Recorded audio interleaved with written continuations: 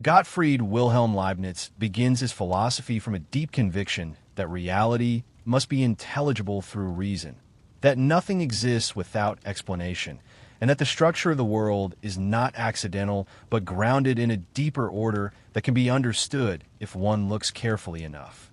He is not satisfied with the idea that the universe is simply a mechanical system made of matter moving in space, because such a view may describe motion, but it does not explain why anything exists at all, nor does it account for the inner life of experience, the fact that there is perception, awareness, and thought. At the same time, he does not accept the idea that reality is purely mental in a way that dissolves structure and order. What he is searching for is a system that can explain both the precision of the world and the depth of inner experience without reducing one to the other. From this search emerges a radically different picture of reality, one that replaces material substance with something far more subtle and foundational. Instead of matter, he proposes that the true building blocks of the universe are simple, indivisible entities that do not exist in space, do not have physical form, and cannot be divided into smaller parts. These entities are not objects in the usual sense, but centers of activity and perception, each one containing within itself a complete expression of a universe from its own point of view. They are not extended in space, not visible, not measurable in the way physical objects are, yet they're the true substance of everything that exists. Each of these units exists as a kind of inner world. It does not receive information from outside in a mechanical way, nor does it send out forces to influence others. Instead, everything that happens within it unfolds according to its own internal principle. Its entire history, its entire sequence of changes, is contained within its own nature. This does not mean it is static. On the contrary, it is in constant motion, but that motion is internal rather than external. It moves from one state of perception to another in a continuous flow, driven by an inherent tendency that carries it forward. This inner movement is what gives rise to the appearance of change in the world. When looking at the world from the outside, it seems as though objects interact, as though one thing causes another, as though events push and pull each other in a chain of physical causation. But at the deepest level, this is not what is happening. There is no direct interaction between these fundamental units. Instead, each one unfolds its own sequence of perceptions in perfect coordination with all the others. The appearance of interaction is the result of this coordination, not actual exchange. This coordination is not accidental or temporary. It is built into the very structure of reality from the beginning. Every sequence of change within each unit corresponds exactly to sequences within all others, so that the entire universe moves together in a perfectly ordered way. It is like an infinite number of separate systems, each running independently, yet all synchronized so precisely that they form a single, coherent world. What appears as cause and effect is actually parallel development, where different streams of change align without directly influencing each other. From this, a new understanding of the world emerges. The universe is not a collection of interacting objects, but a harmony of perspectives. Each point of reality reflects the entire whole, but from its own position. No perspective is identical to another, because each one expresses the universe in a unique way. This means that diversity is not a flaw in the system, but an essential part of its structure.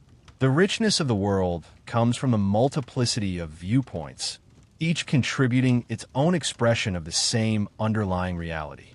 At the same time, there is a clear difference in the clarity of these perspectives. Some are extremely dim, barely forming any distinct awareness at all. Others are more developed, capable of organizing their perceptions and retaining them over time. And at the highest level, there are those that can reflect on their own perceptions, becoming aware not just of the world, but of themselves as perceivers. This gradual increase in clarity creates a natural hierarchy within reality, where what we call matter, life, and mind are not separate substances, but different levels of perceptual clarity within the same fundamental structure. What is usually called a physical object is, in this view, not a single unified thing, but a collection of these perceptual centers whose states correspond to each other in a consistent way. The solidity, shape, and motion that appear in a world are not properties of matter itself, but expressions of the coordinated perceptions within this system. The world appears stable because the patterns of perception are stable, not because there is a solid material foundation beneath them. This leads to a deeper principle that governs everything. Nothing exists without a reason. Nothing happens without an explanation for why it is this way and not another. This principle is not limited to individual events, but applies to the entire structure of reality. The existence of the universe itself must have a reason, and that reason must be sufficient to explain not only why there is something rather than nothing, but why things are arranged in the specific way that they are. This introduces a distinction between what must be and what could be otherwise. Some truths are necessary. They cannot be different. They are true in all possible circumstances, grounded in logic and reason itself. Other truths are contingent. They describe the actual world, but could have been otherwise. The arrangement of events, the structure of nature, the details of existence, all belong to this category. They require an explanation not because they are logically necessary, but because they exist in a particular form among many possibilities. From this emerges the idea that reality could have been different. There are countless ways the universe might have been structured, each one internally consistent, each one possible in principle. Yet only one of these possibilities is actual. This means that the existence of this particular world requires a reason that goes beyond the world itself. A reason that explains why this possibility was realized instead of another. This reasoning leads to the conclusion that the world is not random or arbitrary. It is selected according to a principle of rationality, where the actual world is the one that best fulfills certain conditions. It is not perfect in the sense of containing no difficulty or imperfection, but it represents the most complete and balanced realization of possibility, where order, variety, and coherence are brought together in the most effective way. Within this structure, human beings occupy a unique position. They are not separate from the system, but they represent a level of awareness within it where reflection becomes possible. A human mind does not simply experience the world. It can think about its own experience, form concepts, analyze patterns, and seek explanations. This reflective capacity allows it to grasp, at least partially, the rational structure of reality. Yet even here, perception is never complete. Much of what is experienced remains below the level of clear awareness. There are countless subtle elements within every moment of perception that are not consciously noticed, yet they contribute to the overall experience. What appears as a single unified sensation is actually composed of many smaller elements that blend together. These unnoticed components shape perception in ways that are not immediately visible, creating continuity and depth. Understanding, therefore, is not a sudden act, but a gradual clarification. What is initially confused can become clearer over time as attention and reflection bring hidden details into focus. Knowledge develops not by receiving information from outside in a simple way, but by unfolding what is already present in a more distinct form. This view transforms the nature of learning and thought. The mind is not an empty container waiting to be filled, but an active system that develops its own understanding from within. Its growth is a process of increasing clarity, moving from vague perception to distinct knowledge. At the same time, action follows a similar pattern. A person acts according to their internal state, their perceptions, their understanding, and their tendencies. Freedom, in this sense, is not the absence of structure, but the expression of one's own nature. When a person acts according to their understanding, they are acting freely, even though their actions are part of a larger order. This creates a world that is fully determined in its structure, yet not meaningless or mechanical. Every event has a reason, every change has a place, and every perspective contributes to the whole. The universe is not a collection of disconnected parts, but a unified system where everything fits together according to a deeper harmony. In this way, reality becomes something far more intricate than a simple physical system. It is a living order of perception, reason, and internal development, where each part reflects the whole, where nothing is without explanation, and where the structure of existence itself reveals a profound and continuous coherence that runs through every level of the world. As this view settles, the structure of reality begins to reveal a deeper level of precision, one that is not immediately visible, but becomes clearer the more carefully it is examined. If everything that exists unfolds according to an internal principle, and if every state has a sufficient reason, then the universe cannot be a loose or accidental arrangement. It must follow a form of order that is both exact and intelligible, even if that order is not always fully accessible to human understanding. This leads into a distinction that becomes central to the entire system: the difference between truths that are necessary and truths that are contingent. Some truths do not depend on the world at all. They are grounded purely in logic, and they cannot be otherwise. Mathematical relationships, for example, do not change based on circumstances. They are true in every possible situation, independent of time and place. These truths are discovered through reasoning alone, and their certainty comes from the fact that denying them would create contradiction. But the world itself does not belong entirely to this category. The specific way things exist, the arrangement of events, the structure of nature, all of this could have been different. There is nothing logically contradictory about imagining a different universe, with different laws or different sequences of events. This means that the actual world is not necessary in itself. It is one possibility among many. Once this is understood, a deeper question emerges. If countless possible worlds could exist, each internally consistent, why does this particular one exist rather than another? There must be a reason, because nothing exists without a sufficient explanation. But that reason cannot be found within the world alone, since the world itself is what needs to be explained. The answer lies in the idea that all possible worlds exist as possibilities within a larger framework of reason. Each one represents a complete way reality could be structured.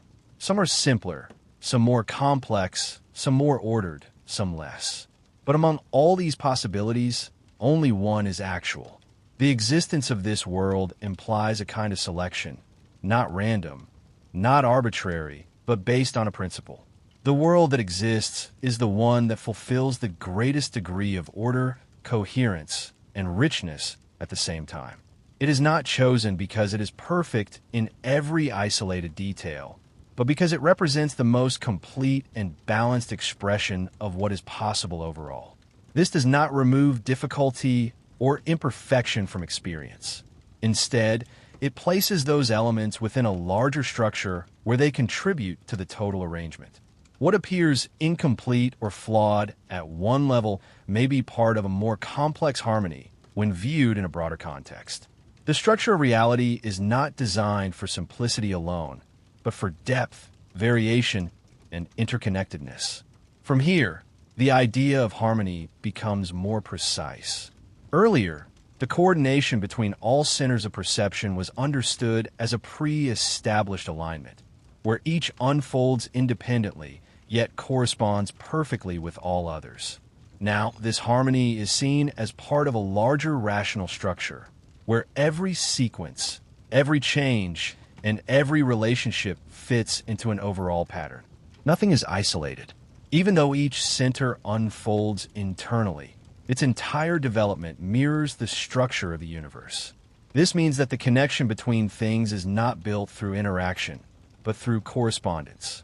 The world is unified not by physical links, but by the fact that every part expresses the same underlying order. This leads to a refined understanding of causation. What appears as cause and effect is not a direct transfer of force from one thing to another. Instead, it is the alignment of internal developments that correspond to each other. When one event follows another, it is because their internal sequences are coordinated, not because one produces the other in a physical sense. This perspective does not deny the regularity of the world. On the contrary, it explains why that regularity is so precise. The patterns we observe are not accidental. They are the result of a deeper structure that ensures consistency across all levels of reality. Knowledge, within this framework, takes on a different form. It is not simply a matter of receiving information from an external world. Instead, understanding develops as perception becomes clearer and more distinct. Every moment of experience contains more detail than is immediately recognized. Beneath what is consciously noticed, there are countless subtle elements shaping perception in ways that are not directly observed. These faint elements form the background of experience. They are always present, contributing to the continuity of thought and sensation. When listening to a sound that seems continuous, for example, it is actually composed of many small variations that are not individually distinguished. These subtle components blend together, creating a unified experience. As attention becomes more focused, some of these elements move into clearer awareness. What was once vague becomes distinct. This is how understanding grows, not by adding something entirely new, but by clarifying what was already present in a less defined form. This process shows that perception is not passive. It is structured, layered, and constantly developing. What is known at any moment is only a small portion of what is actually contained within experience. The mind moves gradually from confusion to clarity, uncovering patterns that were always there, but not fully recognized. At the same time, this layered structure of perception explains how continuity exists in experience. The present moment is never isolated. It carries traces of what has just passed and anticipations of what is about to come. This creates a flow rather than a series of disconnected points. Each state grows out of the previous one and leads into the next, forming a continuous development. Within this flow, the individual remains a distinct center of awareness, but not an isolated one. Each perspective reflects the entire structure of reality, even if only partially and with varying degrees of clarity. This reflection is not static. It changes constantly as perception develops, creating a dynamic relationship between the individual and the whole. Action follows the same pattern. What a person does is not the result of external forces acting upon them in a simple mechanical way. It arises from their internal state, from their perceptions, their tendencies, and their level of understanding. Each decision is an expression of this internal structure at a particular moment. This leads to a view of freedom that is different from the idea of randomness or complete independence. Freedom is not acting without cause. It is acting in accordance with one's own nature, guided by perception and understanding. The more clearly one understands, the more fully one's actions reflect that understanding. In this way, the structure of reality does not remove freedom, but defines it more precisely. Every action has a reason, but that reason is internal rather than imposed from outside. The individual is not separate from the order of the universe, but participates in it through their own development. As these ideas come together, the universe appears as a system that is both highly ordered and deeply dynamic. Everything has a place, everything has a reason, and every part reflects the whole. What seemed at first like a collection of separate elements becomes a unified structure where perception, reason, and existence are all interconnected. The deeper one looks, the more this order becomes visible, not as something imposed from outside, but as something inherent in the very nature of reality itself, unfolding continuously through every level of existence. As this structure becomes clearer, attention begins to shift toward how such a world is actually lived and understood from within, not just as an abstract system, but as a continuous experience unfolding through perception, thought, and awareness. If every center of reality carries within it a reflection of the whole, then human understanding is not separate from the structure of the universe. It is one of the ways in which that structure becomes visible to itself. What appears at first as a limitation of human knowledge begins to take on a different meaning. It is true that no single perspective can grasp the entirety of reality in a complete and final way. Every point of view is partial, shaped by its own position and level of clarity. But this limitation is not a flaw in the system. It is part of what allows the richness of the universe to exist at all. If everything were seen from a single, total perspective, there would be no diversity, no variation, no unfolding. Instead, understanding develops through degrees of clarity. At any given moment, perception contains far more than is consciously recognized.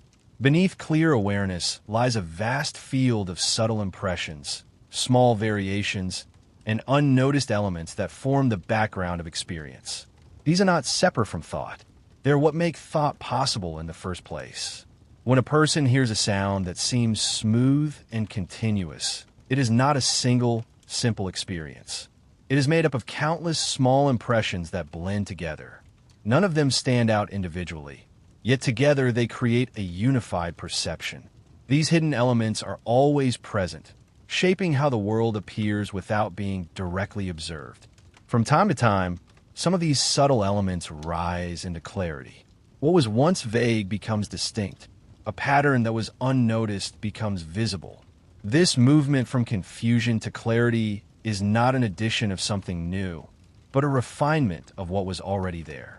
Understanding grows by bringing into focus what was previously indistinct.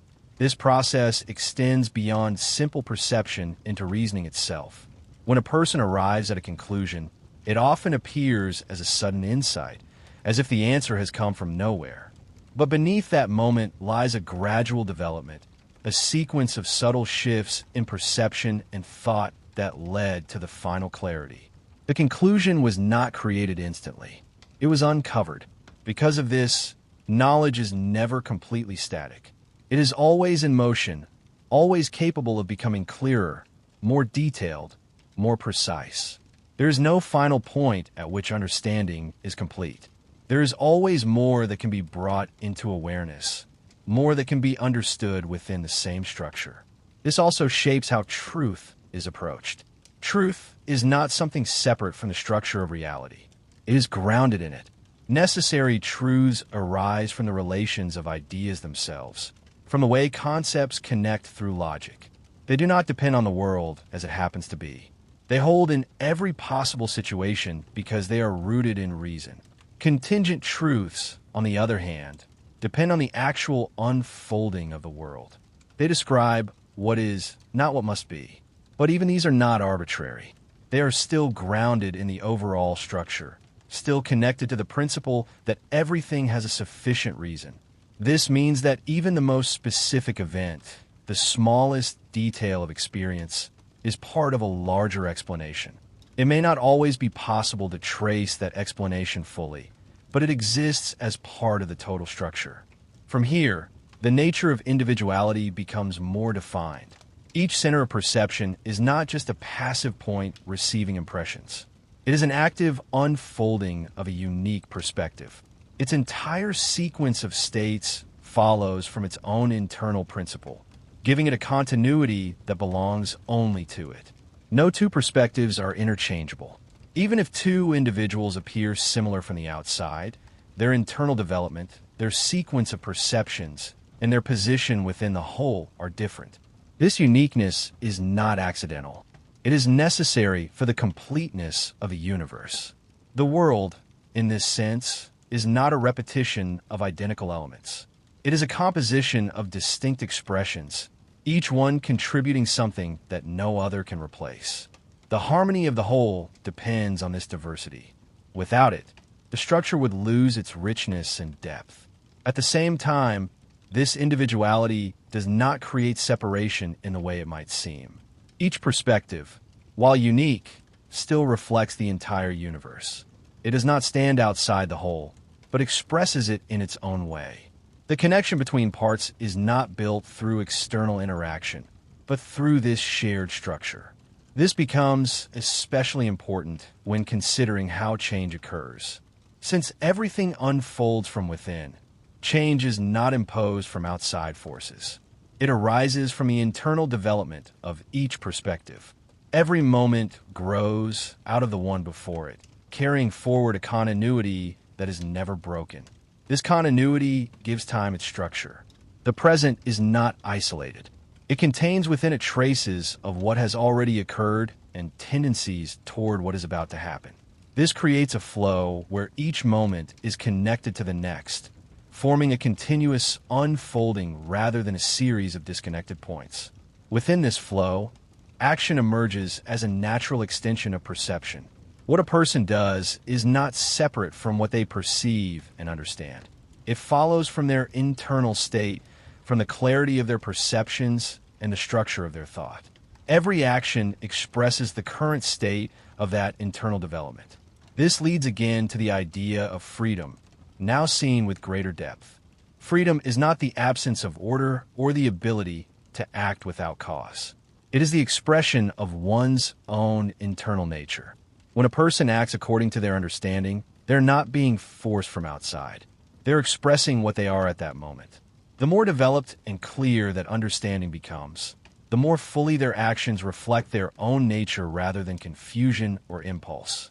In this sense, freedom grows alongside clarity. It is not something given all at once, but something that develops through the refinement of perception and thought.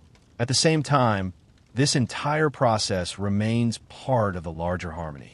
Individual development does not disrupt the order of the universe.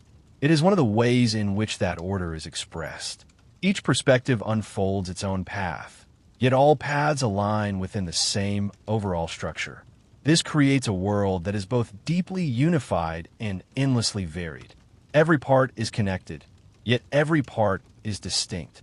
Every event has a reason, yet every event contributes something new to the unfolding of reality.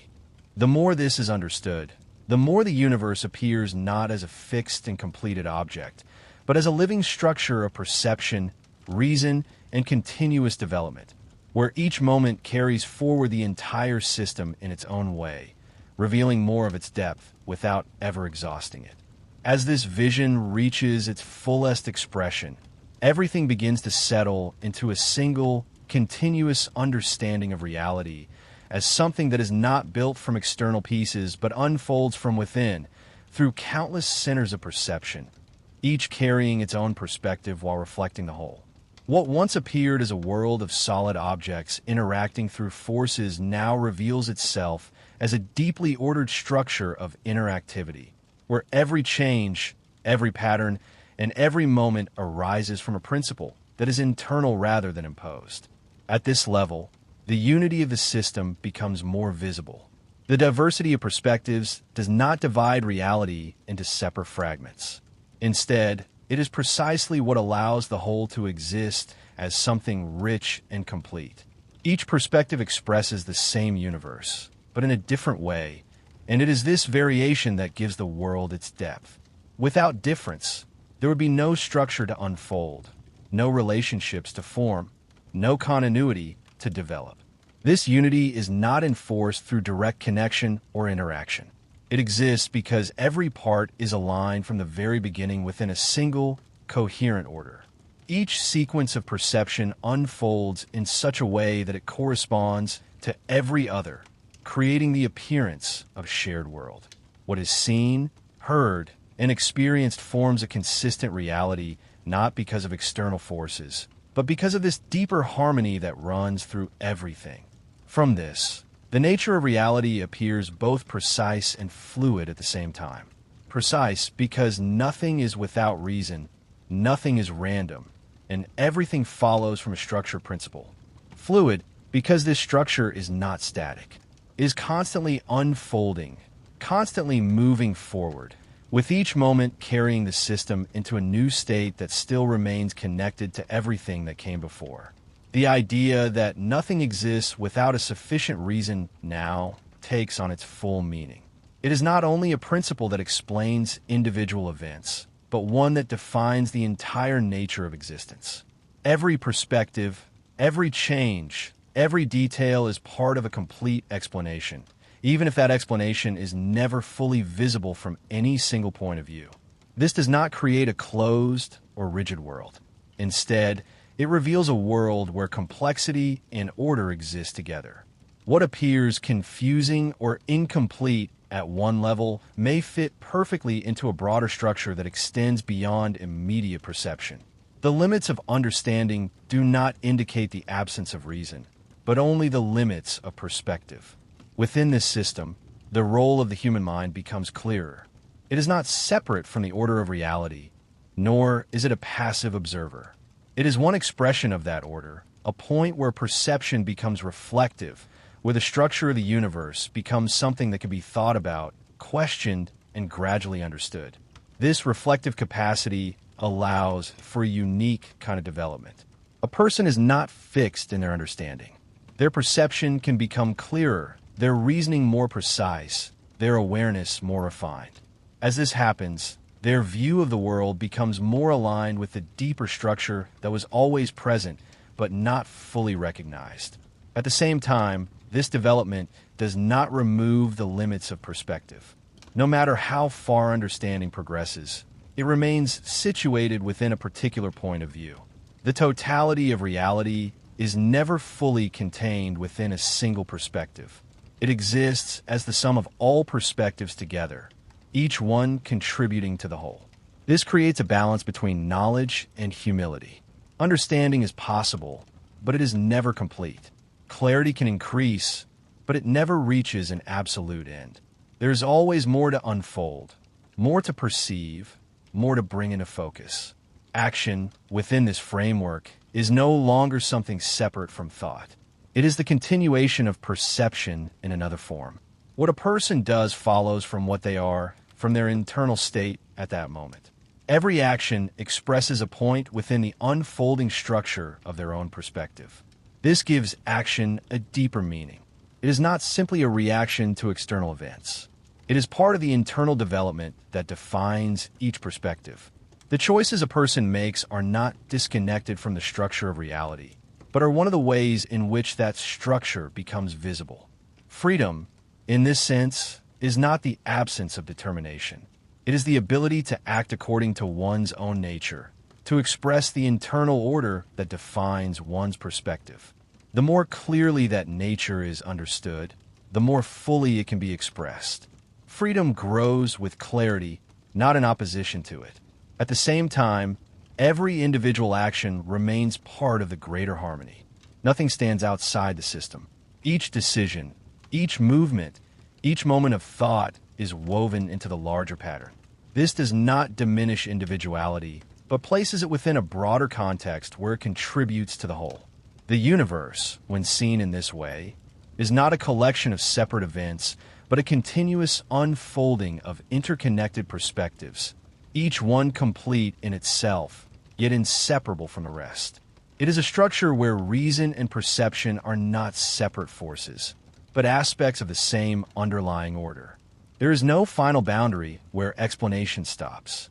There is always a deeper level of connection, a further reason, a more refined understanding that can be reached. Reality is not exhausted by any single explanation because it is not static. It continues to unfold, revealing more of its structure through the very process of being experienced and understood. In the end, what emerges is a vision of existence that is neither mechanical nor chaotic, but something far more intricate, a world where everything has meaning within a larger order, where every perspective reflects the whole, and where the structure of reality itself is a continuous expression of reason unfolding through an endless harmony of perception. Gottfried Wilhelm Leibniz was born in 1646 in Leipzig, into a Europe that was still recovering from the devastation of the 30 Years' War. It was a time marked by instability, religious conflict, and a growing desire to rebuild not just cities and nations, but systems of thought. The old structures of authority were being questioned, and new methods of understanding the world were emerging.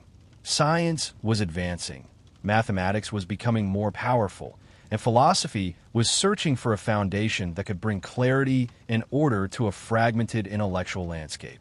From the very beginning, he stood out not simply because of intelligence, but because of the range of his curiosity. While many thinkers specialized in one field, he moved across disciplines with unusual ease. As a child, he taught himself Latin at a young age, allowing him to read classical texts directly. He absorbed history, law, philosophy, and mathematics, not as separate subjects, but as part of a larger attempt to understand how knowledge itself could be organized. This desire for unity became one of the defining features of his life.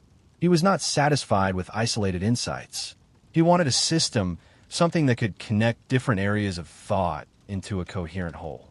At a time when knowledge was expanding rapidly, often in disconnected ways, he was searching for a method that could bring everything together. His early studies in law introduced him to the idea that systems can be structured through logic, that complex situations can be analyzed and resolved through clear reasoning. But it was his encounter with mathematics that gave him a tool powerful enough to match his ambition. Mathematics, for him, was not just a way of calculating quantities. It was a language of precision, a way of expressing relationships with absolute clarity. This led him toward one of his most important achievements, the development of calculus. Working independently around the same time as Isaac Newton, he created a system that allowed for the analysis of change, motion, and continuous processes. What makes his contribution especially significant is not just the discovery itself, but the way he expressed it. His notation, still used today, made calculus more accessible and more adaptable, allowing it to spread and develop across generations. But mathematics, for him, was only one part of a much larger vision. He believed that reasoning itself could be formalized, that thought could be structured in a way similar to mathematics.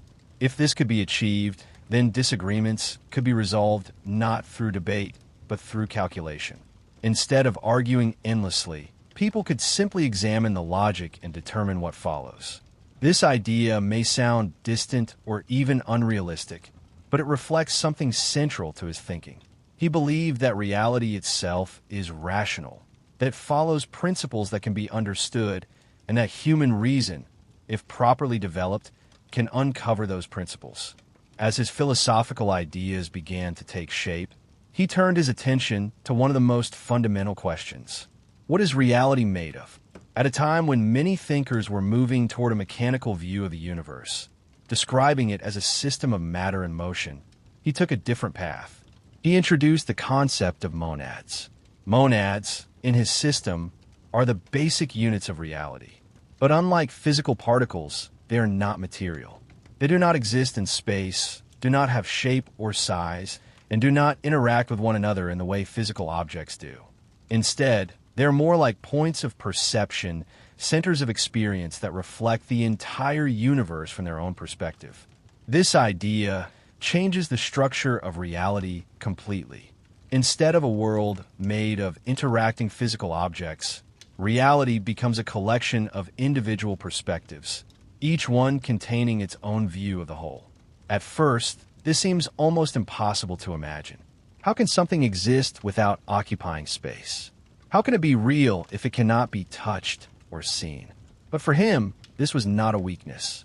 It was a way of removing the problems that arise when trying to explain interaction between physical substances. In his view, monads do not interact directly at all. Instead, they are coordinated in such a way that their internal states align perfectly with one another. This coordination is not random. It is established from the beginning, forming what he called a pre-established harmony. To understand this, imagine two clocks that always show the same time, not because they influence each other, but because they were perfectly synchronized from the start. In his system, every monad follows its own internal development, yet all monads remain in perfect alignment, creating the appearance of interaction. This idea allowed him to solve a major philosophical problem. How can mind and body or different substances interact? Instead of trying to explain interaction directly, he removed it entirely and replaced it with coordination. At the same time, his philosophy remained deeply connected to the idea of God. For him, this harmony could not exist by chance. It required an organizing principle, something that ensures that all monads develop in a way that fits together into a coherent universe. This leads to one of his most well-known and controversial ideas, that this is the best of all possible worlds. He argued that an all-knowing and perfectly rational creator would choose to create the world that contains the greatest balance of complexity, order, and possibility. This does not mean that the world is perfect in the sense of having no flaws or suffering. Instead, it means that given all possible alternatives, this world achieves the highest overall coherence. This idea has often been criticized, especially because it seems to justify suffering by placing it within a larger system.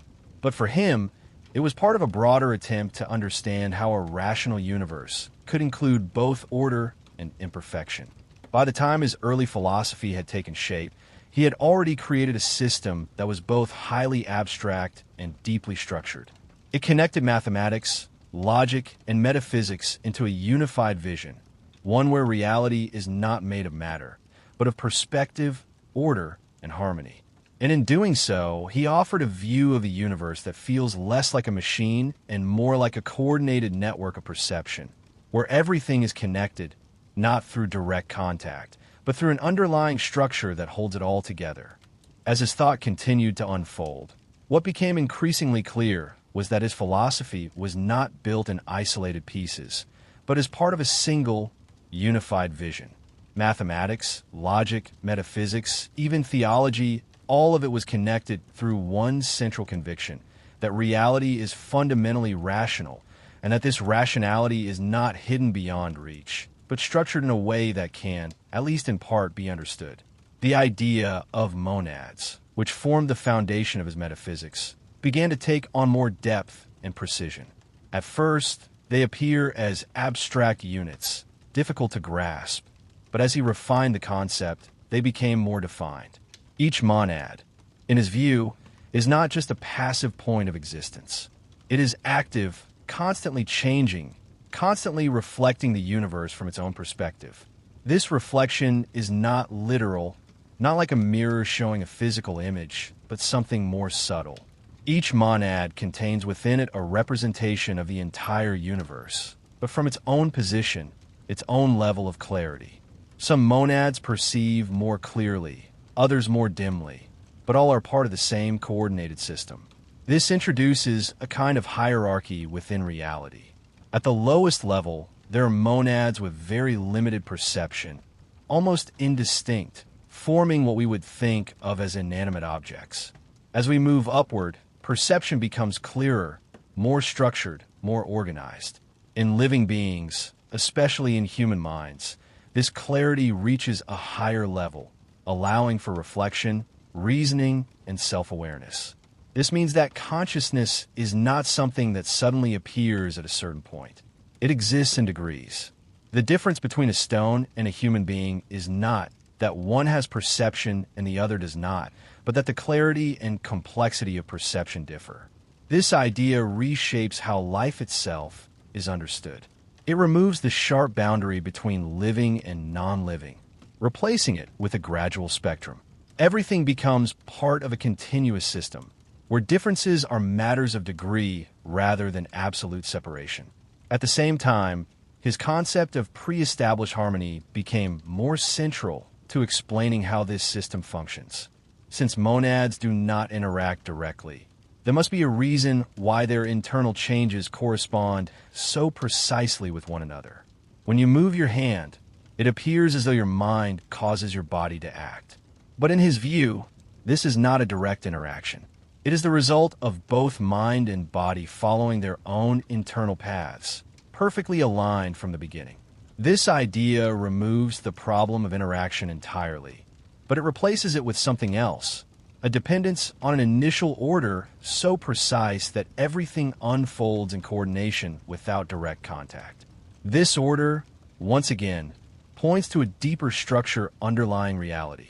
For him, this structure could not be random.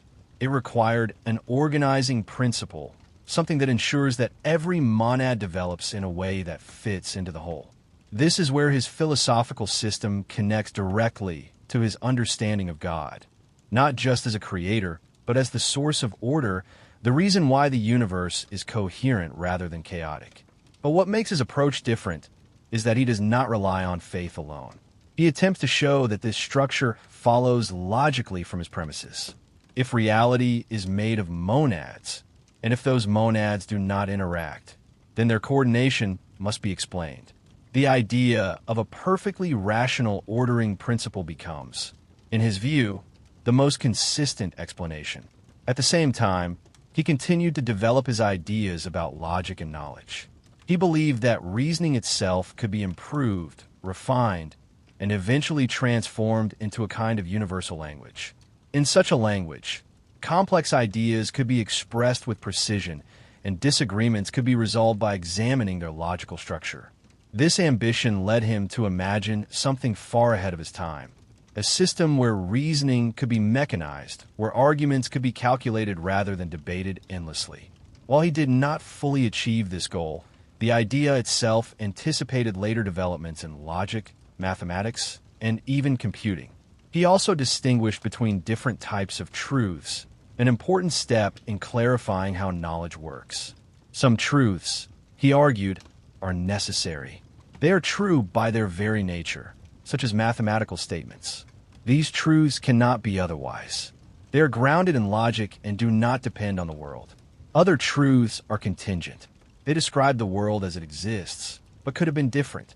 The fact that a particular event occurred, or that the world has a certain structure, is not logically necessary. It is the result of how reality has been arranged. This distinction allowed him to address a deeper question. If the world could have been different, why is it the way it is? His answer returns to the idea that this is the best possible arrangement, not in the sense of perfection, but in the sense of optimal balance. The world contains complexity, variety, and even imperfection, but these elements contribute to a larger coherence that could not be achieved in a simpler or more uniform system. In this way, what appears as disorder on a small scale may contribute to order on a larger scale. By this stage, his philosophy had become both expansive and tightly structured.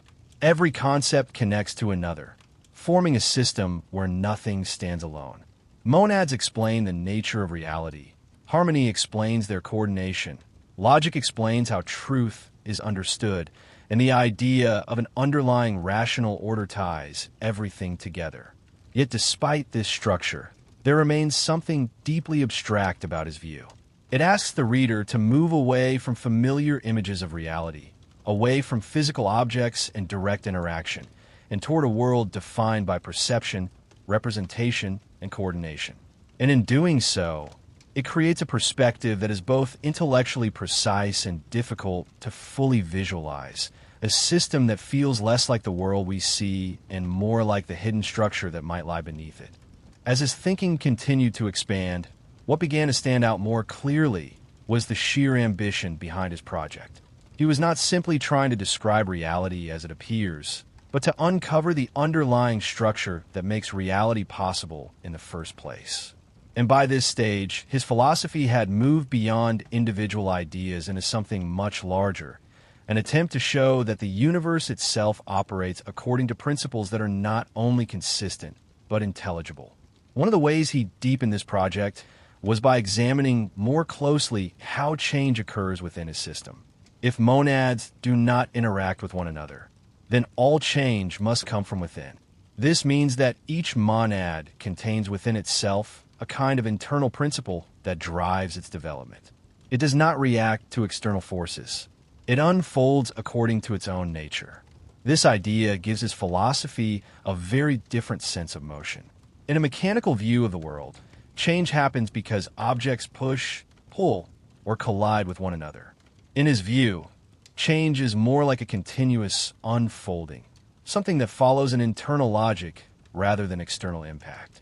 Each monad moves from one state to another in a sequence that reflects the entire universe, but from its own perspective.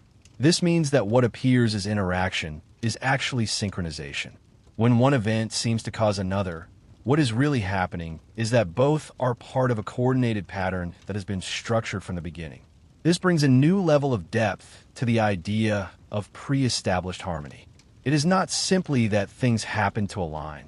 It is that every detail of reality unfolds according to a structure so precise that everything fits together without direct contact. The universe, in this sense, becomes something like an intricate system of parallel processes, each one independent, yet perfectly coordinated. At the same time, He began to reflect more deeply on what this means for human understanding. If each monad represents the universe from its own perspective, then knowledge is always partial. No single viewpoint captures the whole. Even the most advanced understanding remains limited by its position within the system. This introduces an important humility into his philosophy. While he believed that reality is rational and understandable, he also recognized that human knowledge can never be complete. There will always be aspects of the whole that remain beyond any individual perspective. Yet this limitation does not make knowledge meaningless. Instead, it gives it direction. Understanding becomes a process of refining perception, of increasing clarity, of moving toward a more coherent view, even if the final totality remains out of reach. He also extended this idea into his reflections on individuality. Since each monad represents the universe in a unique way, no two perspectives are identical. Every entity, no matter how small, has its own distinct position within the whole. This makes individuality a fundamental feature of reality, not something secondary or accidental. This perspective carries a kind of philosophical richness. It suggests that diversity is not a flaw or a deviation from order, but an essential part of it. The universe is not uniform. It is composed of countless viewpoints, each contributing to the overall structure. At the same time, this diversity does not lead to chaos, because all perspectives are coordinated within the same underlying harmony. Difference exists, but it is contained within a larger order that keeps everything aligned. His thinking also moved more deeply into the question of freedom. If everything unfolds according to a pre-established harmony, does this leave any room for genuine choice? At first, it may seem that his system leads to a form of determinism, where everything is already set from the beginning. But his answer is more nuanced. He distinguishes between external compulsion and internal necessity. Actions are determined in the sense that they follow from the nature of the monad, but they are not imposed from outside. A being acts according to its own internal principles, its own perceptions, its own reasoning. In the case of human beings, this means that actions are guided by understanding, by desires, by reflection. Freedom, then, is not the absence of determination, but the alignment of action with one's own internal nature. A person is free when they act according to their own rational understanding, even if that understanding follows a structured path. This idea allows him to preserve a sense of responsibility within a determined system. Individuals are not passive objects being pushed around by external forces. They are active centers of perception and decision, even if those decisions unfold within a broader order. At the same time, he returned again to the question of why this particular world exists. If many possible worlds could exist, why this one? His answer remains consistent, but becomes more refined. This world, with all its complexity, variation, and even imperfection, represents the most coherent arrangement possible. This does not mean that every part of it is ideal when viewed in isolation. Suffering, disorder, and limitation all exist. But when seen as part of the whole, they contribute to a structure that could not exist in a simpler or more uniform system. The value of the world lies in its total coherence, not in the perfection of each individual part. This idea pushes his philosophy toward a broader perspective, one that requires stepping back from immediate experience and considering the structure of reality as a whole. It is not an easy perspective to maintain, because it asks the observer to see beyond individual concerns and into a larger framework. By this stage, his system had reached a level of complexity and integration that made it both powerful and difficult to fully grasp. It offers a vision of reality that is deeply ordered, where everything has its place, where individuality and unity coexist, and where change unfolds according to an internal logic that connects every part to the whole. And yet, despite this complexity, there's a certain simplicity at its core. Reality is not driven by chaotic interaction, but by structured development.